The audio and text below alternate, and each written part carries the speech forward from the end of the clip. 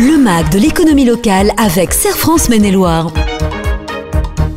Nouveau rendez-vous du magazine de l'économie locale avec Michel Besançon. Bonjour Michel. Bonjour Laurent. Vous êtes le directeur général du Serre France Maine-et-Loire et nous parlons économie évidemment chaque semaine et on va aborder ensemble en cette fin d'année des perspectives, en tout cas un petit retour sur différents métiers. On va commencer par l'artisanat à peu près. Parlons pourquoi pas de maçonnerie. On sait que quand le bâtiment va, tout va.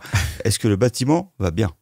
Alors c'est une vraie question. En tant que consommateur, on constate qu'il y a une élévation des prix par l'évolution des coûts. Donc on est sur un report. Ce qui est intéressant de savoir, c'est ce qui s'est passé en 2022 en se disant concrètement, est-ce que l'envolée des prix, est-ce que ça a été vu au niveau des résultats des entreprises, ce qui n'est pas le cas en fait. Les entreprises ont plutôt baissé leurs résultats courants sur les échantillons qu'on a. Il y a une croissance de la main-d'œuvre, il y a une croissance des dépenses d'énergie. Et donc, les résultats 2022 ne sont pas meilleurs que ceux de 2021. Ça, c'est la première des choses à avoir en tête. Puis après, en termes de perspective, les professionnels l'ont bien vécu ou le perçoivent bien. C'est qu'ils ont déjà une réduction de 30% sur l'année au niveau du recul de la construction, ce qui est quand même très significatif. Donc ça impacte de manière effectivement négativement les résultats de 2023 qu'on est en train de produire. Et puis on sait que les taux d'intérêt impactent aussi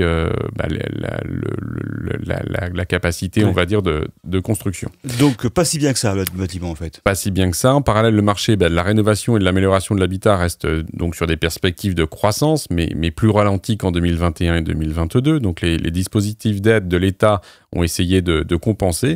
Et la décision d'engager quelque part des financements publics pour aider les ménages. Donc c'est le fameux prêt à taux zéro qui en 2024 va être porté à 100 000 euros et qui va être prolongé jusqu'en 2027. On voit bien qu'il y a un besoin de soutenir le dispositif. Donc ça va être des moyens pour les ménages de pouvoir financer ça. Donc il y a quelques opportunités qui apparaissent dans le suivi technique de l'enveloppe des bâtiments. Donc il y a quand même de nombreux sinistres qui ont été constatés, notamment sur les zones argileuses.